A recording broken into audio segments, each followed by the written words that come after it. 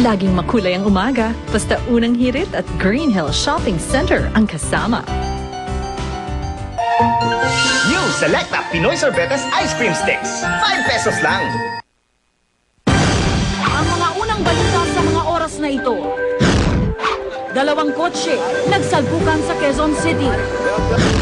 Arsobispo sa Germany nanawagan ng hustisya para sa mga biktima ng pang-aabuso ng mga pari.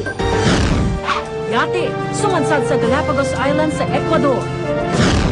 At mga bida sa reality show na The Real Housewives of New York City, excited na sa bagong season ng programa. Wag pa uli, tutok na sa unang balita. Ako naman, Arnold Gravio, kasama si Rhea Santos. Narito na ang mga pinakasariwang balita sa umagang ito.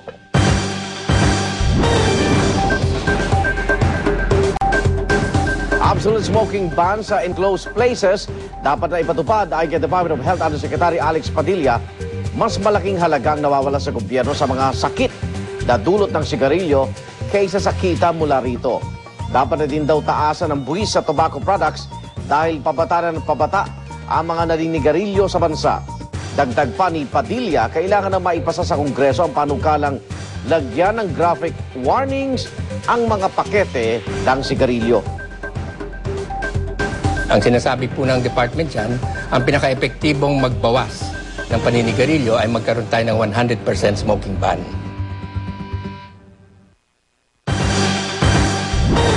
Samantala, Judicial and Bar Council tuloy-tuloy na sa proseso ng seleksyon ng mga nominado para sa magiging susunod na Chief Justice ng Korte Suprema. Ayon kay Acting Justice Secretary Alberto Agra, miyembro ng JBC, 5 incumbent associate justices ang nasa shortlist nila. Pero maraming usapin pa ang kailangang linawin, gaya ng pag-iimbita sa mga legal expert na tutulong sa pagpili at ang pagsasagwa ng background check sa mga nominado. Maliwanag sa kautusan ng Supreme Court na kailangan kami mag-submit bago magkaroon ng vacancy. Dahil lipat sa Malacanang compound ng labi ni dating Budget Secretary Emilia Bongcodin, magkakaroon po ng Requiem Mass ngayong umaga. Mula sa Maynila, may live report si Dano Tingungco. Dano. Iga, nakalagak na sa Building 1 ng Department of Budget and Management dito sa Maynila ang labi ni dating Budget Secretary Emilia Bongcodin. Bandang alas 5 ng umaga kanina ay inalis sa Santa Maria de la Estrada Parish sa Katipunan, Quezon City ang labi ni Bongcodin papunta sa DBM. Kapansin-pansin na walang hagad na kasama ang convoy. Pasado alas 6 na nang dumating sa DBM ang labi ni Bongcodin. Sa kanya mismong dating opisina inilagak ang labi na meron nakalagay na ilang mensahe ng pamamaalam. Isa sa mga mensahe na nakalagay sa bond paper ang mga katagang matapat na pamamahala, tugon sa kahirapan. Pagkatapos na ilagak ang labi ni Bongcodin dito, isinara na sa media ang opisina. Hiling pa rin ng mga kamag-anak na maging pribado ang burol para sa dating kalihim. Igan, mamayang alas 9 ng umaga nga ay magkakaroon ng Requiem Mass sa pangunguna ni Father John Sepe. Magkakaroon din ng isa pang misa mamayang alas 5 ng hapon na pangungunahan naman ni Father Mark Quesada. Simula alas 10 naman ng umaga mamaya hanggang alas 12 ng tanghali bukas ay sasagawa ang vigil para sa dating kalihim. Igan? Maraming salamat, Dano Tingungco, nagulat live mula sa Maynila.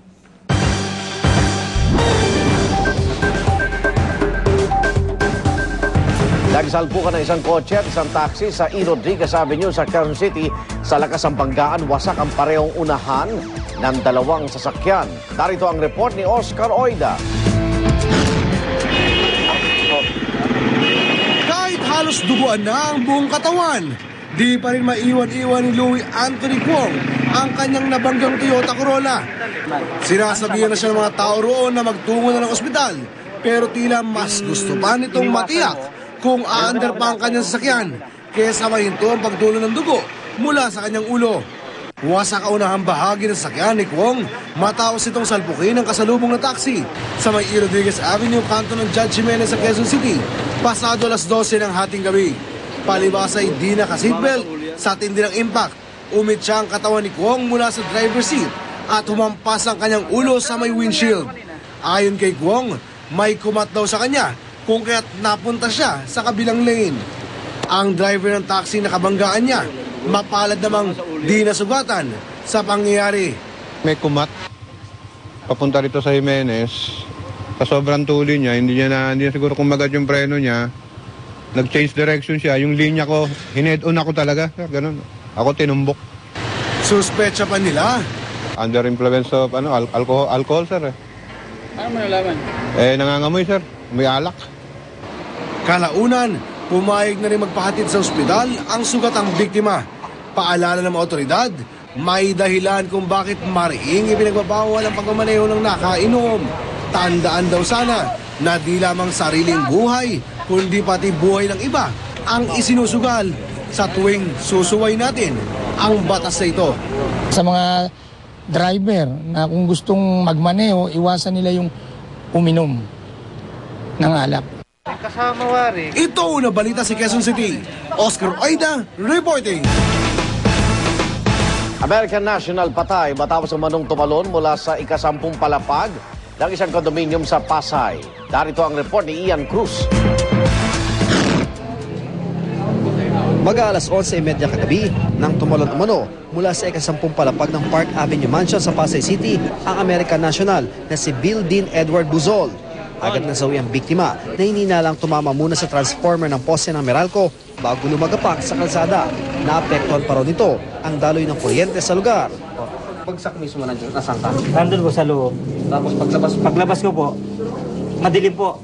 Nung bumukas po yung ilaw, nakita ko may taon na nakadapa na. Narinig namin yung putok ng kuryente dahil nakahiga ko sa kulungan ng aso doon sa labas sa amin. Tapos tumakbo ko dito, tinignan ko, sabi ng kapitbahay ko na binata, ate, meron doon salvage. Oh, hindi totoo. Tinakbo ko doon na nakita ko yun na nga. Ilan sa mga banyagang tenant ng kondominium ang tinanong ng mga otoridad para magbigay linaw sa pangyayari. Palaisipan pa rin sa mga otoridad kung bakit nagpakamatay ang biktima. Pumasok sa gusali mga investigador at ang SOCO sa layong kumalap pa ng mga dagdag na impormasyon ukol sa biktima. Pero ang media di na pinayagang makapasok patungo sa silid ng Amerikanong biktima na nasa ika-10 palapag ng gusali. Sinisiyasat na ng mga otoridad kung sadyang nagpakamatay o nagkaroon ng foul play sa maagang kamatayan ng biktima. Ito ang unang balita mula sa Pasay City. Ian Cruz reporting.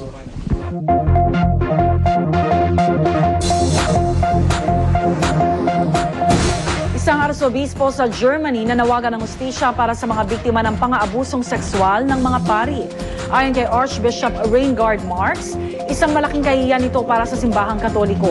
Kaya't nais niyang mabigyan ng katarungan ang mga nakaranas ng sexual abuse. Mula nang lumantad sa publiko ang babaeng inabuso umano ng isang pari, lalong dumami ang mga lumutang na biktima.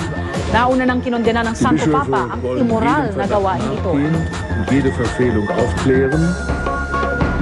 Isang yate sumadsad sa Galapagos Islands sa Ecuador. Mabuti na lamang at ligtas ang 24 na pasahero nito. Ayon sa operator ng yate, posibleng kasalanan ng kapitan kung bakit nangyari ang insidente. Naiulat din na tumagas ang gasolina mula sa yate matapos itong sumadsad. Patuloy na iniimbestigahan ng mga otoridad ang insidente.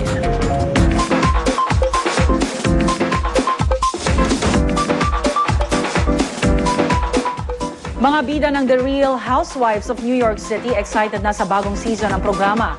Ito na ang ikatlong season ng reality show. Susundan pa rin ang buhay ng City Housewives na sina Jill Zarin, Bethany Franco, Ramona Singer, Alex McCord at Kelly Ben Simon. Muling masisilip ang kanilang glamorous lifestyles, gayon din ang kanilang pagkakaibigan at pakikipag-away sa isa't isa. Para makatanggap ng mga pinakabagong balita via text, type lang ang GMA News Space On at isend sa 4627. At yan po ang mga unang balita sa umagang ito. Para pa rin sa mga nagbabagang balita, tumutok lamang dito sa GMA. Mula sa tahanan ng katotohanan, ako po si Rhea Santos. At kung may balita, i-report sa GMA News. I-text ang balita, space, message, space, ang iyong pangalan at address. At ipadala sa 4627. Sa ngalan ng bumubuo ng GMA News and Public Affairs, ang ipila ng serbisyong totoo, mga igan, ako naman Arnold Glavio. Ito ang unang balita.